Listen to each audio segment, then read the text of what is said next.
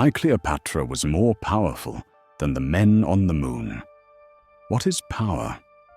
Is it the thunder of a Saturn V rocket? A machine so tall it rivals skyscrapers, so loud you feel it inside your bones?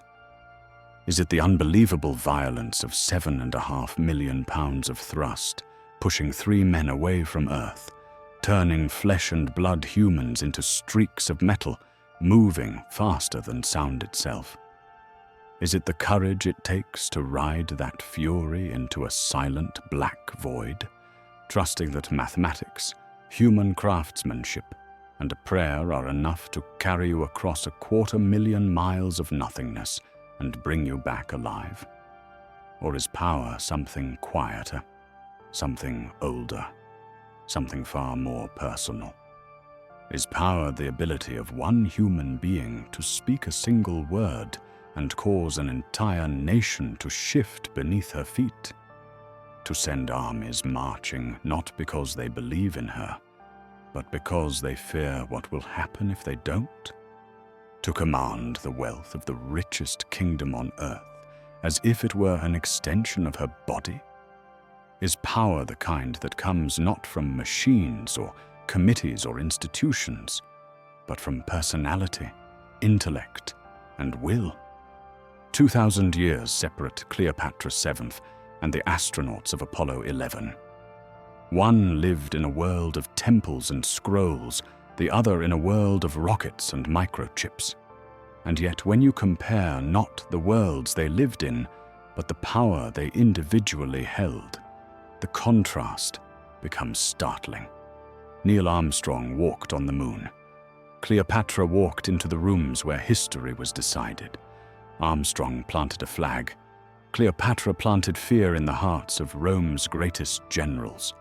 Aldrin collected lunar rocks.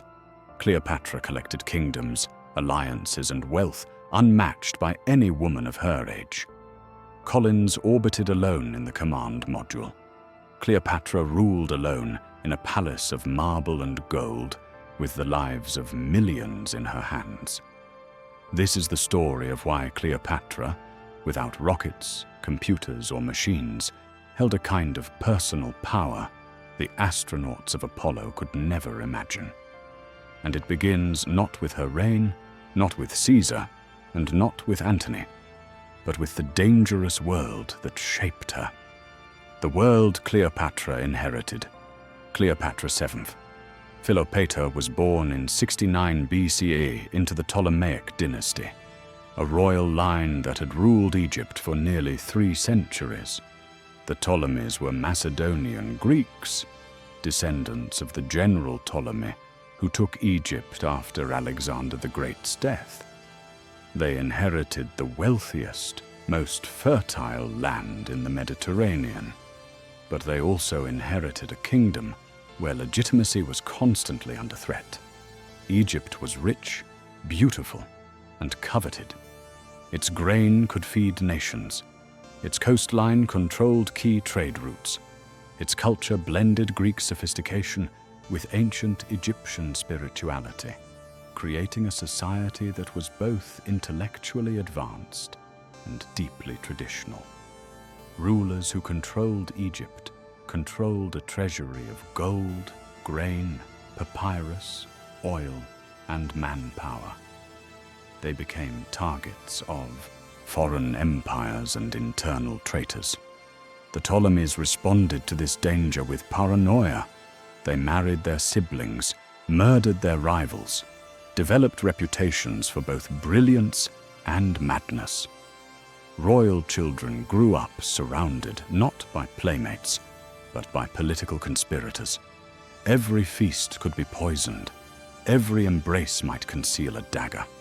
In this atmosphere of treachery, Cleopatra was not merely educated, she was trained. Her education was the envy of the ancient world.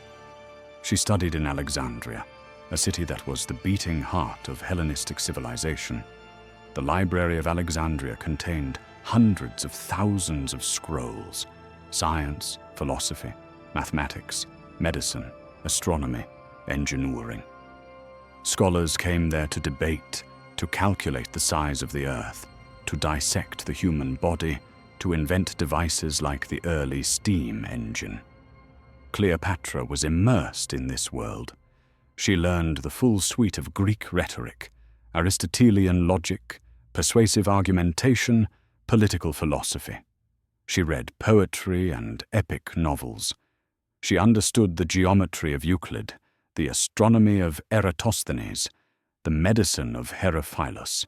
She was multilingual to a degree almost unheard of among monarchs. Plutarch tells us she could speak at least 9 languages fluently. She was the first Ptolemaic ruler to speak Egyptian, the language of the people she ruled. She was not just educated, she was strategic, observant, calculating. She watched the failings of her father, Ptolemy III, a king weak enough to be chased from Egypt by his own subjects. She watched him flee to Rome to beg for military support, humiliating himself in the process. She watched Rome take advantage of her father's desperation, plunging Egypt into debt. She learned early that Egypt's survival depended not on loyalty or tradition, but on intelligence and leverage. She learned that power entrusted to the wrong person or the wrong nation was power lost forever. So when her father died and Cleopatra ascended the throne at 18, she was not a naive girl sitting on a golden chair. She was a trained survivor, stepping into a kingdom that was already on the brink of collapse. She shared the throne with her 10-year-old brother, Ptolemy XIII, but everyone understood the truth. This arrangement would never last. The advisors surrounding her brother saw Cleopatra's intelligence as a threat. They capitalized on youth, manipulating Ptolemy III and slowly cutting Cleopatra out of power. Cleopatra did not lose her throne through a single coup. She was erased in stages, shut out of decisions, targeted by rumors, isolated and finally exiled. Her exile should have destroyed her. But Cleopatra was not bred to break. She was bred to adapt. Exile and rebirth. Cleopatra fled into the arid lands of the eastern desert, leaving behind her palace, her treasury, and her influence. She suddenly found herself among tribes and mercenaries, far from the marble halls of Alexandria. But in that wilderness, something remarkable happened. Cleopatra let go of the image of a princess and embraced the reality of a strategist. She began raising an army, not with promises of luxury, but with promises of purpose and payment. She negotiated with warlords, made deals with soldiers, and gathered supporters who believed in her ability to return. Every general she hired, every mercenary she recruited, strengthened her resolve. For most exiled monarchs, this would be the moment the history books stop. A queen deposed, died in exile. Another footnote, but Cleopatra saw her moment approaching. Rome was tearing itself apart. Julius Caesar and Pompey the Great, once allies, were now enemies. Their conflict shook the entire Mediterranean. When Pompey lost at the Battle of Pharsalus and fled to Egypt seeking refuge, Cleopatra saw a shift in the cosmic balance. She knew that Rome's attention would soon fall upon her homeland. But it was her brother's advisors who made the catastrophic mistake. When Pompey's ship approached Egypt, Ptolemy XIII's men rowed out to greet him. They invited him onto the shore under the guise of hospitality. Then, in front of his wife and son, they murdered him in cold blood. They believed that presenting Pompey's severed head to Caesar would endear them to Rome's most powerful man. They underestimated Caesar's pride, and they underestimated Cleopatra's timing. When Caesar arrived in Alexandria and saw the dishonorable execution of a Roman consul, he was outraged. he seized the royal palace, summoned the court, and declared that he would settle the Egyptian monarchy himself. Cleopatra understood instantly. The most powerful man in the world had just become the arbiter of her kingdom. But she was trapped. Her brother's soldiers patrolled the palace gates. She could not walk into Caesar's presence without being killed. So she did something that has echoed through history. She turned strategy into spectacle. She had herself smuggled into the royal palace disguised, either rolled inside a carpet or hidden in a sack of bed linens. The exact method varies in ancient accounts, but all agree on this. Cleopatra risked everything to stand before Caesar alone. Imagine that moment. The greatest general of the age sits in a foreign palace, surrounded by soldiers. A seemingly ordinary rug is brought to him. It unrolls, and out steps a queen, young, intelligent, unbroken, a political exile who just infiltrated the most secure building in Egypt. Caesar admired courage. He admired audacity. Cleopatra had both. It was not seduction, it was recognition. Caesar saw in Cleopatra a mind as sharp and calculated as his own. He aligned with her immediately, and her brother's advisors suddenly found themselves facing not just Cleopatra, but Rome's legions. The Alexandrian War followed, streets filled with soldiers, fires spread near the harbor. Cleopatra positioned herself, not behind Caesar, but beside him. When Ptolemy III tried to flee, he drowned in the Nile. Cleopatra regained the throne, but more importantly, she regained control of Egypt's future. She bore Caesar a son, Caesarion, a child whose existence symbolized an unprecedented union between Rome and Egypt. Cleopatra understood symbolism better than any ruler of her age. Caesarion's birth was a political chess move with long-term implications. Cleopatra had returned to power, not by accident or pity, but by strategy. And she was far from done. Once Cleopatra was queen in more than name, her power expanded into every corner of Egyptian society. Unlike modern leaders who must negotiate with political parties, courts, journalists, and public opinion, Cleopatra held absolute authority. Egypt under her rule was not a government. It was an extension of her will. The Nile fed the entire kingdom with its annual flood, depositing rich silt that made Egyptian agriculture unrivaled. Cleopatra understood the rhythms of that river, scientifically and politically. She invested in irrigation, grain storage, and distribution infrastructure.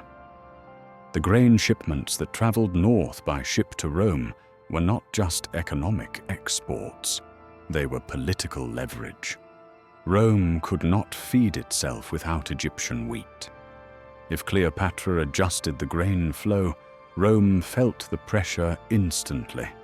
That gave her a kind of economic power no Roman general or senator could ignore. She controlled industries directly. Papyrus, Egypt's core export, was a crown monopoly. So were oil, glassware, perfumes, and certain mineral extractions. Cleopatra regulated prices, production, and distribution. The profits were not filtered through a senate or parliament. They flowed straight into the royal treasury.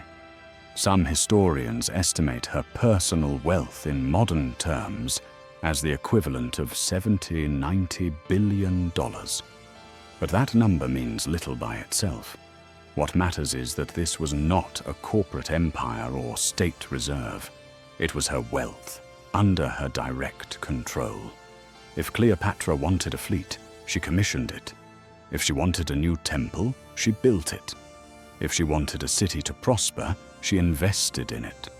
If she wanted a city to suffer, she withheld resources. Her decisions were law. Her ideas became reality. Her authority was not debated. It was obeyed.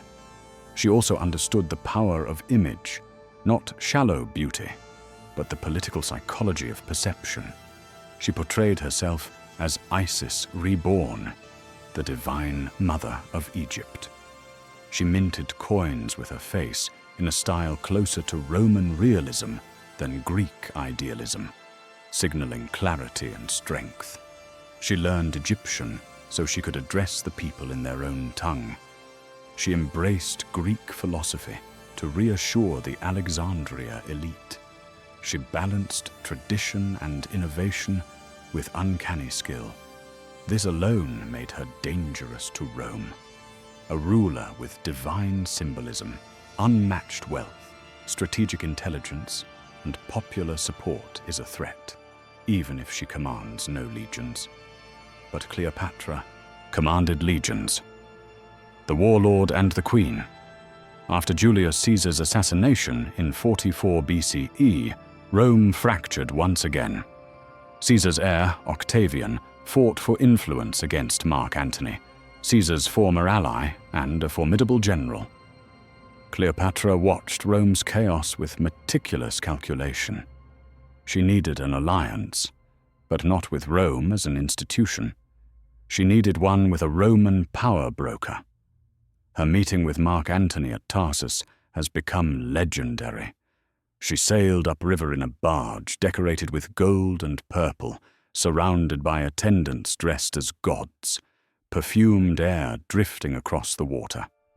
Antony, a man known for his bravado and military prowess, found himself disarmed not by spectacle alone, but by the message behind it. Cleopatra wasn't appealing to his senses. She was appealing to his sense of destiny. She presented herself as an equal, not a subordinate. Their partnership became political, romantic, and ultimately existential. Antony needed Cleopatra's wealth to fund his eastern campaigns. Cleopatra needed Antony's legions to protect Egypt from Roman aggression. Their union threatened Octavian, who understood better than anyone that two powerful figures, one with Rome's finest general, one with Egypt's wealth, could shake the foundations of his ambitions. Octavian began a propaganda campaign that painted Cleopatra as a manipulative Eastern temptress, corrupting Antony and undermining Roman values. It worked brilliantly because Romans already feared the East's wealth and power. Cleopatra became the villain in a story written by her future executioner.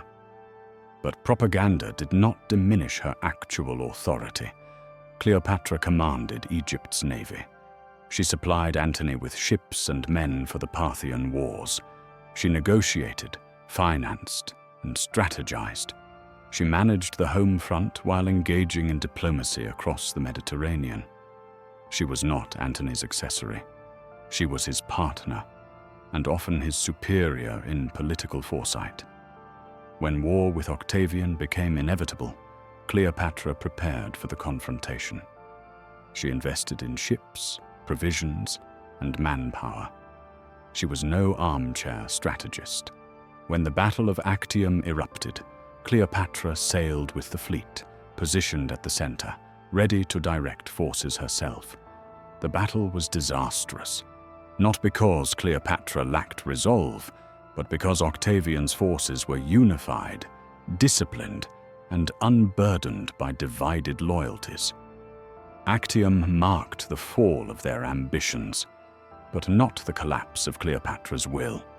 She returned to Egypt and assumed command of her remaining forces. She performed last negotiations, prepared for the defense of Alexandria, and managed the city as panic spread. Only when defeat became mathematically unavoidable did she make her final calculation. She would not be paraded through Rome in chains. She would die on her own terms.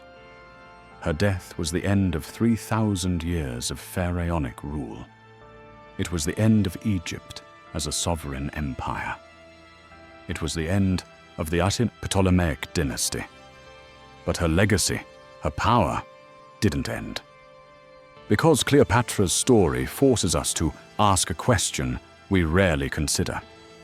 If power is measured not by technology but by personal agency, who truly had more?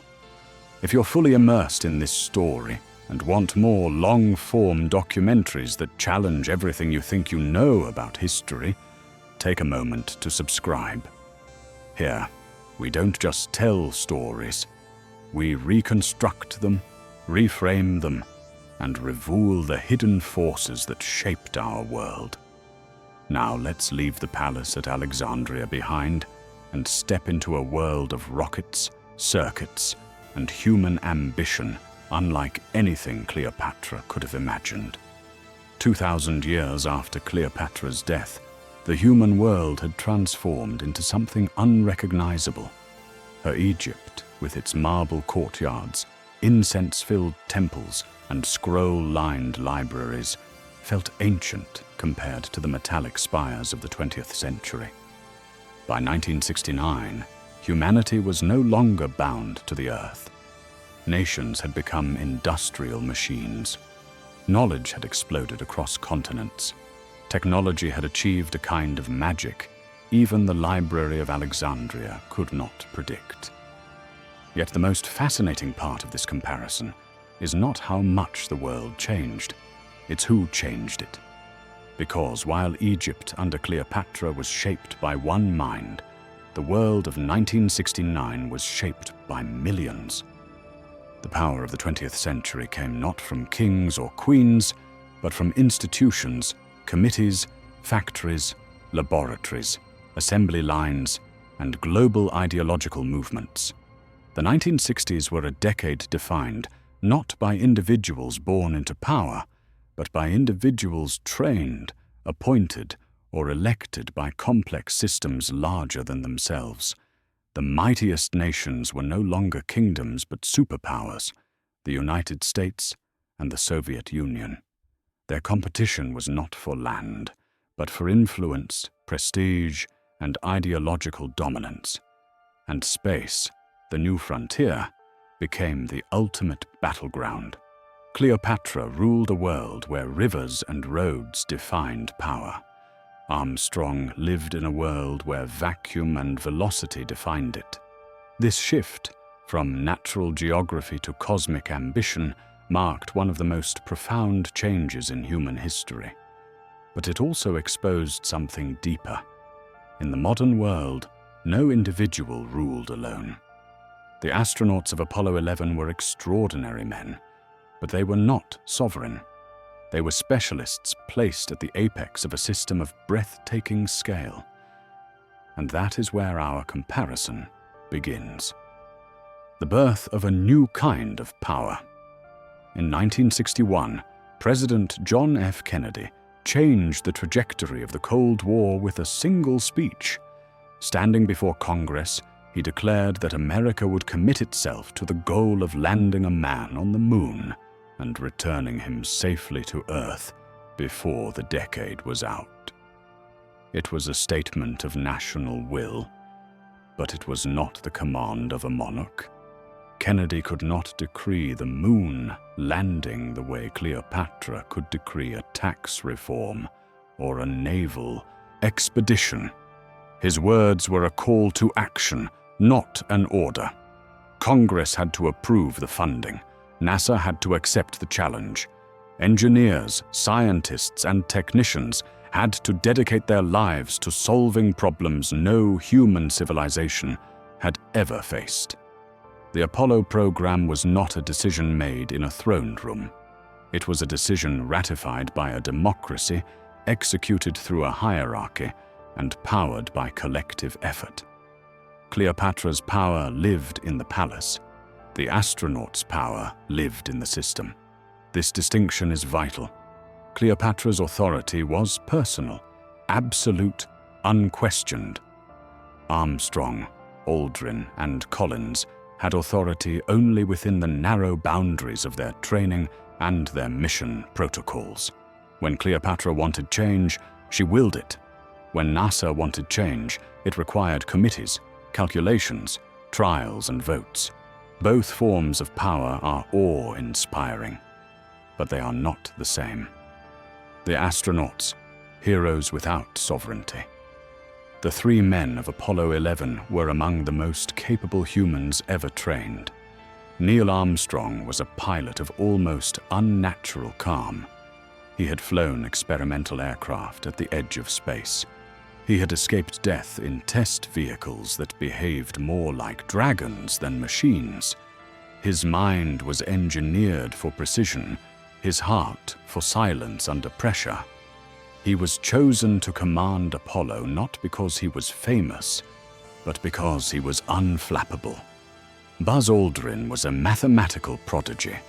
His doctoral thesis at MIT had helped shape the very orbital mechanics that made the Apollo missions possible.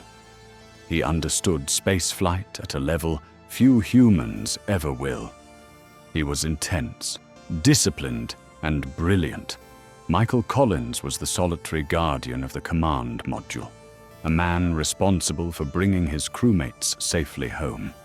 He orbited the moon alone, separated from the rest of humanity by thousands of miles, maintaining a vigil that demanded both technical mastery and emotional resilience. But despite their brilliance, they were not free agents. They were not commanders of empires. They were participants in an orchestra conducted from the ground. On every Apollo flight, the astronauts were the most visible figures, yet they were also the most constrained. They operated within procedures hundreds of pages long, schedules calculated down to the second, commands and directives flowing through mission control, mission goals designed by scientists, politicians, and engineers. The astronauts could improvise, but only within the boundaries of what their training and protocols allowed. Armstrong could adjust the landing site to avoid a boulder field, but he could not decide to explore a crater a mile away. The mission was not his to change. It was his to execute. If Armstrong was the brain of the landing, mission control was the nervous system. Telemetry, communications, power levels, biomed readings, all flowed through consoles operated by dozens of specialists working in unison. Flight Director Gene Kranz had more immediate operational authority over the mission than Armstrong did in many moments. This is not to diminish the astronauts' courage or skill. It is to highlight the nature of modern power: distributed, systematic, shared. Cleopatra, on the other hand, would have found this structure alien. She would have asked, why can a man fly to the moon but not command his own mission? Why does he answer with another voice? Because Cleopatra lived in a world where the monarch was the mission. The rocket and the queen. The Saturn V rocket, the machine that launched Apollo 11, was the most powerful engine of destruction ever built that wasn't designed as a weapon. Its engines produced temperatures hotter than the surface of the sun. Its fuel pumps could drain swimming pools in seconds. Its guidance computers were miracles of engineering. But none of these belonged to Armstrong, Aldrin, or Collins. They belonged to America. If the US Congress removed funding, the rockets stayed grounded. If NASA engineers spotted a flaw, the astronauts stayed on Earth. If mission control said abort, the astronauts obeyed. To Cleopatra, this would have seemed absurd. She wielded the wealth of Egypt directly. She commanded armies without approval. She built fleets without negotiation. She declared alliances without consultation. She could start a war with her own signature. She could stop one with her own voice. The astronauts could start nothing alone. They could stop nothing alone. They could only participate in the mission designed for them. Cleopatra designed her own missions and commanded others to follow. On July 20, 1969, at 4:17 p.m. Eastern Time, Armstrong and Aldrin landed on the Moon at Tranquility Base. The world held its breath. Television viewers watched as grainy footage flickered across screens, showing a place no human had ever touched. Armstrong stepped onto the lunar surface at 10:56 p.m., delivering a sentence that will echo for centuries. "That's one small step for a man, one giant leap for mankind." It was a triumph beyond nation and politics, a triumph for humanity. But notice what happened next. Every movement, every sample collected, every photograph taken, every experiment deployed was done according to a prescribed checklist. Even their motions were bound by mission rules and oxygen limits. The moonwalk lasted just over 2 hours. Armstrong could not extend it. He could not reorder the tasks. He could not explore beyond limits set by those on Earth. Even his most famous moment, stepping down the ladder, was part of a plan. Neil Armstrong commanded the spacecraft. Cleopatra commanded her world. The anatomy of power, individual versus system. Now the comparison becomes clear. Armstrong's power came from a system, a vast, complex network of institutions, engineers, scientists, and national ambition. His courage made the landing possible, but the landing itself was not his to define. Cleopatra's power came from herself, from her intellect, her diplomacy, her lineage, her wealth, and her will. When Cleopatra made a decision, she changed history. When Armstrong made a decision, he followed history's script. Armstrong had the power to risk his life. Cleopatra had the power to risk her empire. Armstrong held humanity's dreams. Cleopatra held her people's fate. Armstrong represented America. Cleopatra embodied Egypt. Armstrong answered mission control. Cleopatra answered to no one.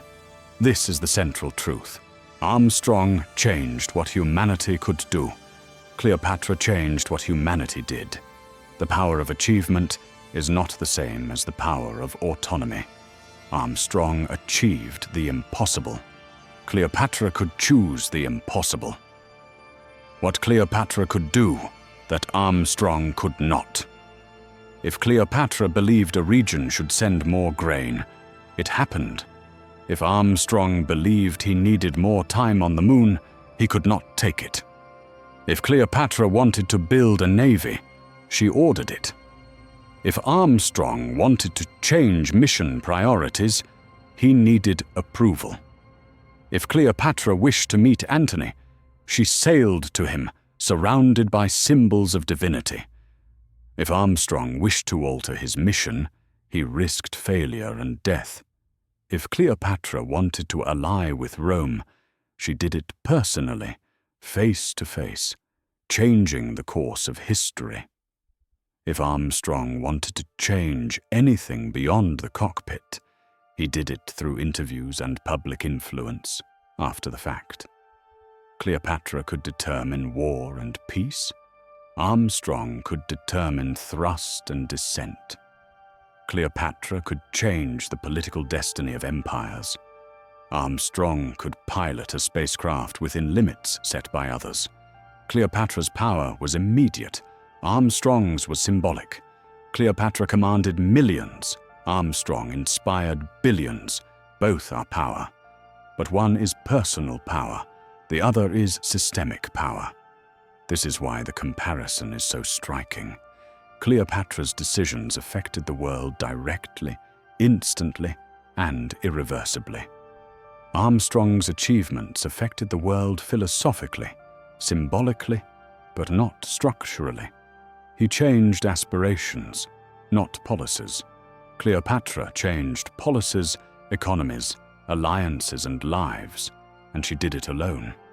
The most profound difference between the Queen and the astronauts is the role their individual will play in shaping events. If Cleopatra wanted something changed, she changed it. If she wanted to defy tradition, she did. If she wanted to shape her image in the minds of her people, she commissioned it. If she wanted to shift the economy, she had the authority. Her will was the axis on which Egyptian politics, economics, diplomacy, and symbolism turned. When Armstrong wanted to shift anything beyond operational control, he needed consensus. This is not a limitation. It is how modern societies survive. Democracy disperses power so that it cannot be abused. Institutions create stability. Checks and balances prevent tyranny. But they also prevent individuals from holding the kind of absolute, world-shaping influence Cleopatra wielded. Cleopatra's world was dangerous because it gave her total control. Our world is safer because no one has total control.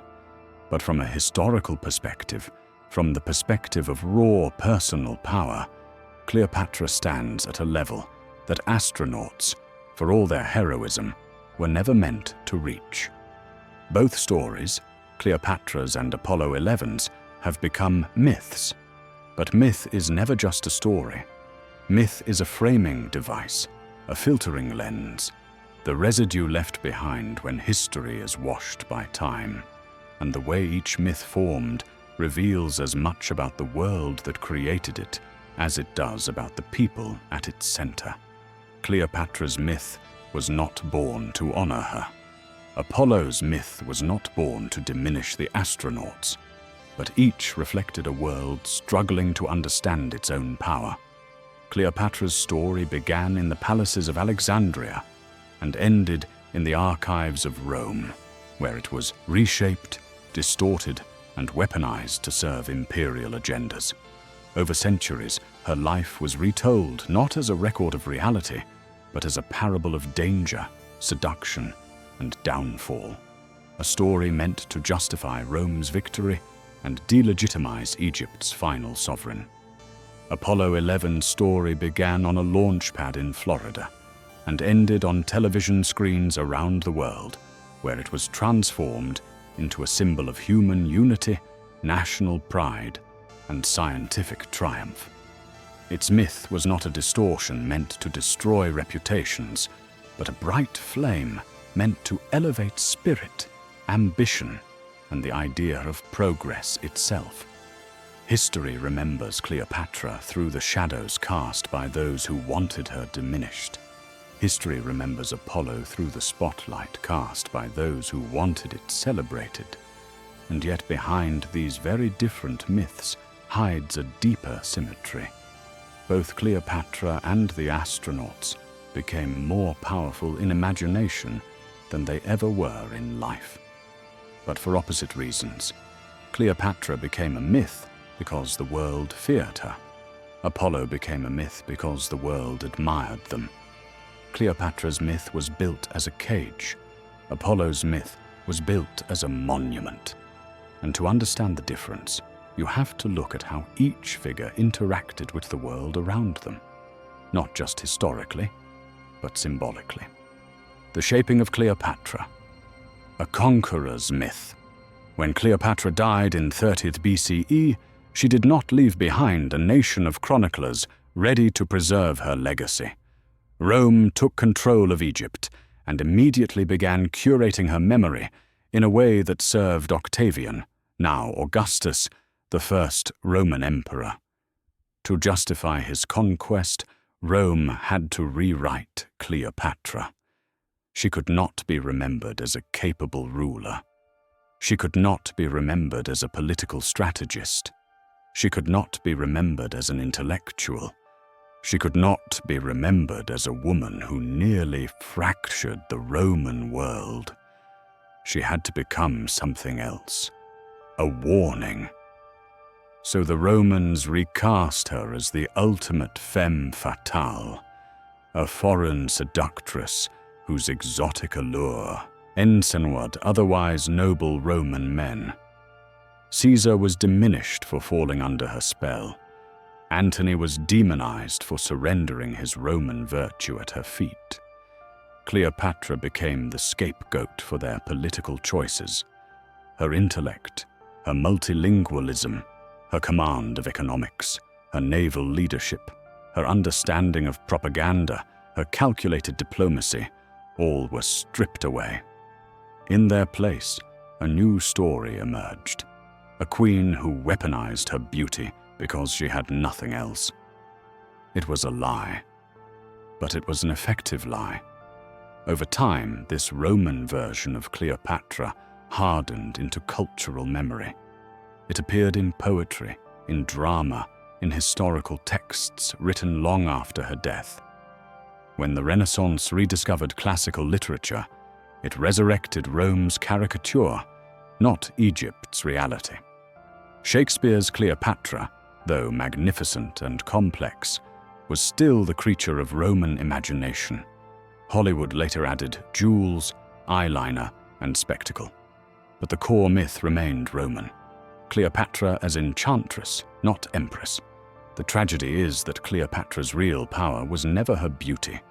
It was her mind. Rome erased that not by accident, but by design. The shaping of Apollo, a hero's myth. Apollo 11, on the other hand, was mythologized for reasons opposite, but equally political. The moon landing took place in the middle of the Cold War, an era defined by ideological competition. The United States needed a victory that would inspire the world, a demonstration of American resolve and technological dominance. Apollo 11 became that victory. Its story was carefully framed from the moment the rocket left the ground. The speeches, the photographs, the broadcasts, the narrative of peaceful exploration, all were designed to project human unity and national achievement. But the myth did not distort the astronauts into villains or seductresses. It elevated them into heroes. Neil Armstrong became the quiet embodiment of human capability, a modest engineer stepping into the unknown with practiced calm. Buzz Aldrin became the symbol of intellect and precision, a man whose calculations helped shape space travel itself. Michael Collins, orbiting alone, became a symbol of duty and silent vigilance. Their myth was not meant to erase their humanity, but to make their humanity universal. They became avatars of ambition, courage, and progress. They stood not as individuals acting upon the world, but as representatives of a world acting through them. And that is the fundamental difference. Cleopatra's myth obscured her agency. Apollo's myth amplified theirs, even as it concealed how limited their actual decision-making power was. Here is the truth, hidden beneath the mythic surface. Cleopatra was not a symbol. She was an agent. She acted upon the world with full autonomy, shaping events with her choices. Every alliance she formed, every policy she enacted, every battle she fought, came directly from her will. She was not the embodiment of an empire. She was the empire. Her strategic brilliance was not a story told after the fact.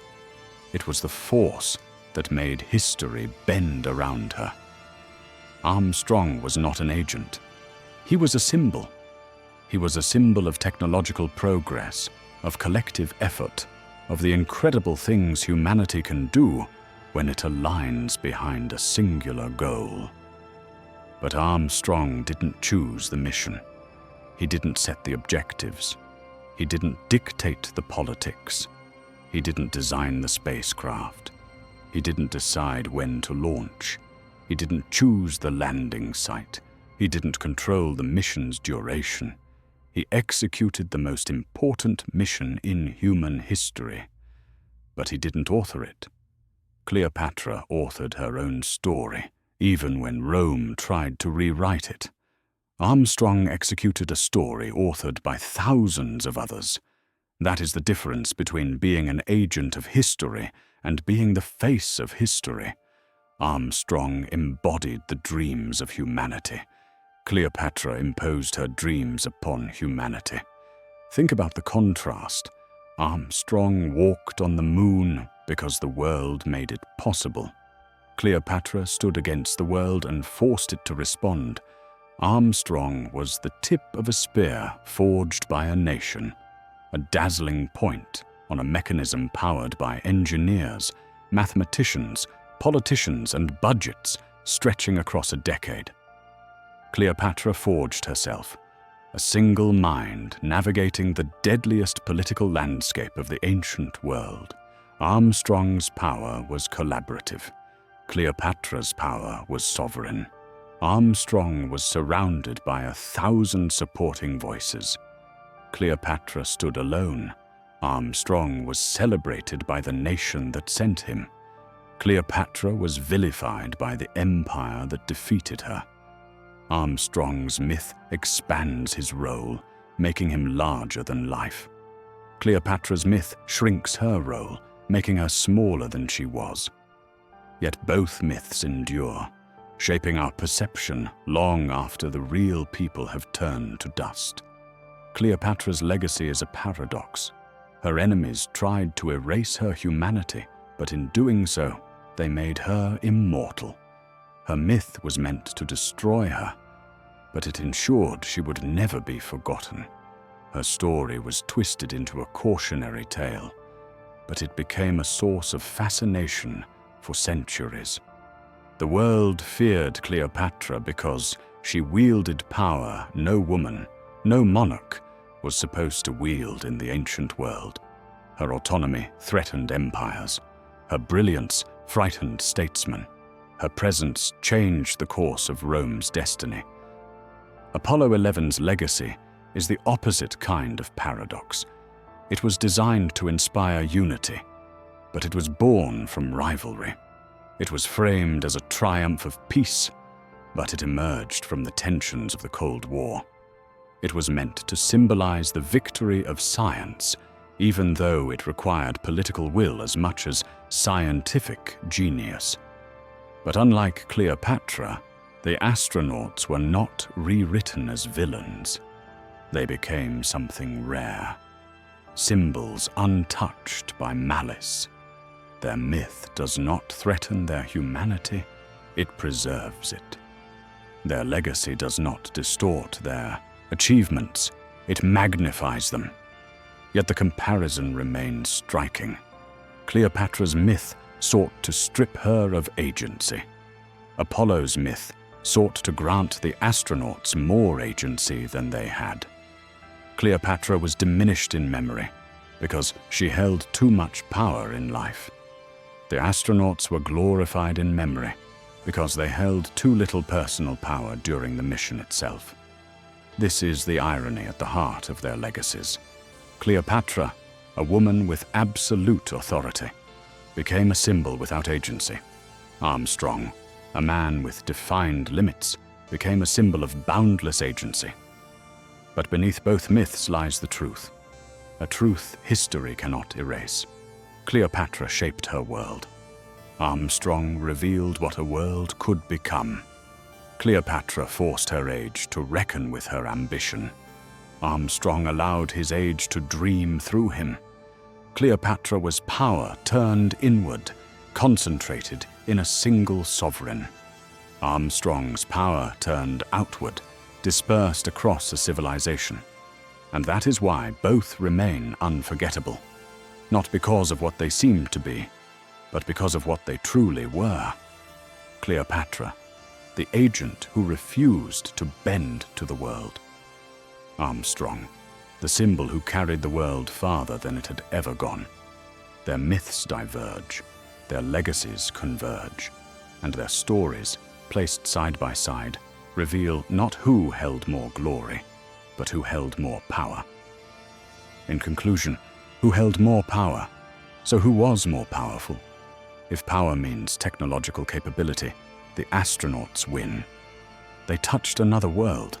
They represented humanity's greatest leap. If power means personal authority, Cleopatra wins by an oceanic margin. Her decisions could topple cities. Her strategies could shift empires. Her alliances could birth or destroy political orders. Her death changed the course of Western history. Armstrong's achievement was cosmic. Cleopatra's influence was immediate, sovereign, absolute. Armstrong stepped onto a silent world and left a footprint. Cleopatra stepped into the halls of power and left scars. Armstrong represented mankind. Cleopatra commanded hers. Armstrong carried a flag. Cleopatra carried a crown. Armstrong had 2 hours on the moon. Cleopatra had 22 years on the throne. The astronauts had the power of systems. Cleopatra had the power of one. And when we compare those forms of power, one diffuse, one concentrated, we see why Cleopatra, an ancient queen living centuries before electricity, still stands as one of the most formidable individuals ever to walk the earth. The men who walked on the moon changed history, but Cleopatra shaped it. 2,000 years apart, two kinds of power, two forms of greatness, and one unanswerable question. Would you rather be the first to walk on another world, or the last to rule your own? If this changed the way you think about history, power, or Cleopatra herself, don't forget to subscribe. More stories like this are coming. Stories that connect ancient empires to modern milestones and reveal the hidden truths beneath our timelines.